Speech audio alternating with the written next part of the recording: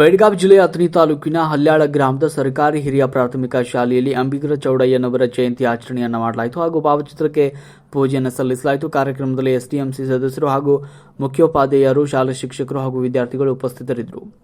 ವರದಿ B Mudalavayi, Mahayudha news, Athani.